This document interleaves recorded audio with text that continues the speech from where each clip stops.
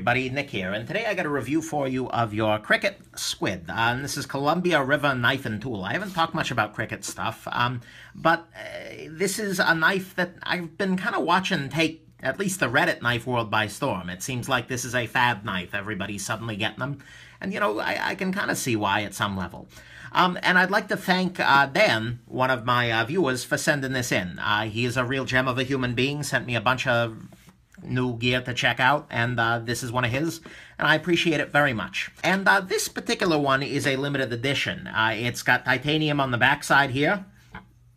It's got a carbon fiber lamination on top here, and it's a very slightly different steel, but the regular versions are the same shape and have a lot of the same characteristics, and they're only 15 bucks. So I'm going to treat this guy as a Thrifty Thursday, even though this exact model, I think, was closer to 40 bucks. But everything I'm going to say about the Squid here is true there as well. So let's just jump on into the good, the bad, and the ugly of your Cricut Squid. So, okay, good-wise. Bunch of good here. This has got a very nice small size to it. This is not a big knife in any way, shape, or form. It's small in the pocket, it's small in the hand, and it's got a small little blade on it here. Like I said, compared to your Delica, it's tiny, and I mean, the blade is only 2¼ inches, which means it's legal damn near everywhere. I mean, even in Boston, you can carry a Cricut Squid here, which is a nice thing. This particular model is fairly lightweight, because it's G10 on one side, titanium on the other side. The all-steel models are going to be heavier than this, so I'm not going to really go into the weight. But this particular one is nicely lightweight. The lockup on it is pretty solid. It's a frame lock, just like the others are steel frame locks. And, you know, no concerns there whatsoever. It's got a nice deeper carry clip.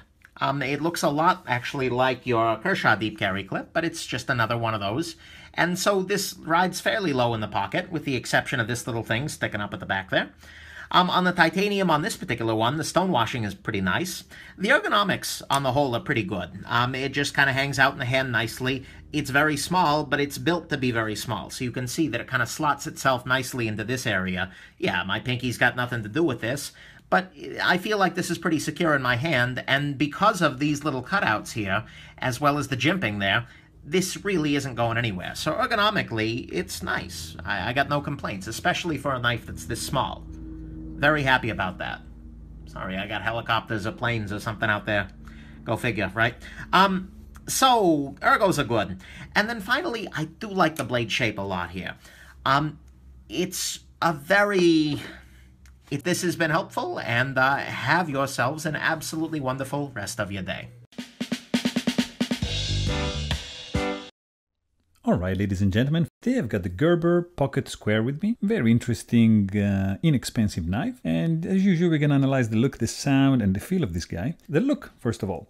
This is a, you know, pretty retro, minimalistic look, as you can see all around. When you open, you have a look at the blade, and you can see that this is a drop point. There's no fuller going on, there's no sharpening choil, you know, thickness, the stock thickness it's alright, I would say, nothing too thick, but what is like not 100% good, I think, is just the primary bevel. As you can see, it's like very short. I would have preferred this one to be a little bit taller to give a little bit more like slicing properties, but I mean, not a big deal. Material on this one is 7CR17 MOV, so like pretty easy to sharpen kind of steel. There's no swedge over here. You know, the handle, it's nice. It's the hardware, it's not protruding. As you can see, it doesn't stick out, so it gives a cleaner look to the eye and to the touch. So very interesting. What else you have? There's no jimping going on. You have just this guy over here when you handle the knife, and there's just a little bit of billboarding going on the blade. As you can see, just, you know, logo over here. You can flick open this knife with your thumb, and that's gonna be the overall. You know, it's a pretty solid design and pretty useful EDC carry blade. So there you have it. This was my review of the Gerber Pocket Square. Hope you guys enjoyed the video. Thanks for watching and stay tuned. Hey Hey everybody, Nick here, and today I got a review for you that is in many ways a long time in coming, and that's of this guy right here. This is the Spyderco Endura number 4. Thing is that this has a non-factory edge. This is not a Spyderco edge, this is a Nick Shabazz edge. So don't blame them for that. Let's go on ahead and jump into the good, the great, the bad, and the ugly of this huge little pocket knife. Okay, so on the good side, first off, this knife is actually surprisingly lightweight for the size that you're getting here. This knife weighs in at 3.3 ounces, and comparing to some other knives in the size class, here's the ZT452, is at 4.3 ounces, a full ounce more. The Sebenza Large 21 is at 4.6 ounces, and the Rat number 1 comes in at 5.0 ounces. Holy crap! This knife is surprisingly light given the size of it, and that's a really neat thing. The second thing is actually that very size. This is a very large blade, and that could be very good in some situations. And it's a smartly done blade too. You've got some flat area, you've got some belly. It's not super thick, and it's an excellent slicer.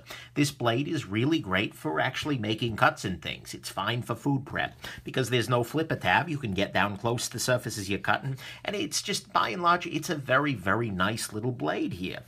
The steel on it is VG10 steel, which is towards the lower end, but you know what? It's still fine for everyday carry. There's no big issue with it, and I really like this blade. It's a nicely done thing, and if you're gonna do have yourselves an absolutely wonderful rest of the day, and I'm sorry you're gonna have to endure one more terrible pun in this review.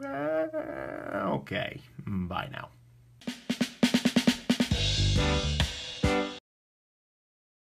In today's video, we're going to take a look at a knife I think is one of the most iconic, classic folding knives in the entire world. I'm talking about, of course, the Buck 110. There's that. Let's go ahead and quit rambling and take this thing down to the old stump top and get to doing some of that knife stuff. You want to? Okay, here is the classic Buck 110. And this is a really nice knife. This is, again, just the iconic folding knife in my opinion. And one of the things I really like about this is, in spite of the way many things have changed, the Buck 110 is still made in the USA.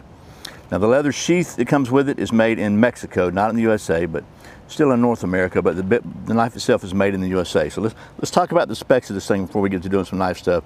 So like I said, it's just a classic, iconic knife.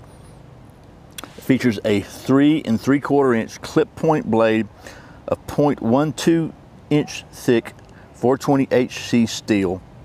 It is 4 7/8 inches when closed, so it's not a tiny knife.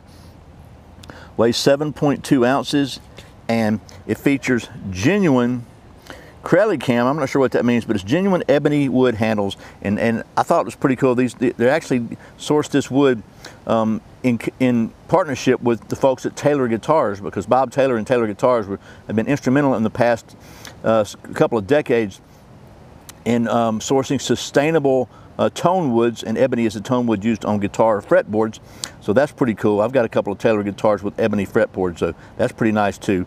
And brass bolsters, it's a classic lockback design, comes with a leather sheath, made in the USA, with Buck's forever warranty. I'm not really surprised that it did not strike a ferro rod very well or scrape very well, because it just doesn't have that really sharp spine.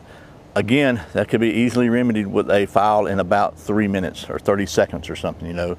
I'll just sharpen that up just a little bit, and then it would be complete, I think. But that's just something that wasn't on the original, and this is kind of classic, true to the original. But I'm telling you, this is a real survival is not an accident, so be prepared. I'll see you next time. Ladies and gentlemen, welcome back. Taking a look at probably one of the most reviewed knives ever. This is the Kershaw Leak. It's a spring assist opening knife that kind of gets around some of the legality rules that we have with assisted knives. It does have a little spring in there that helps it open. This one obviously comes in black. There's a lot of different blade steels that you can find and a bunch of different colors. It comes in, I want to say, like 30 colors that you can get, everything from blue to orange, silver, aluminum scales, G10 scales. There's a lot of options for this. This one specifically is $38 online right now. They can retail as high as $99.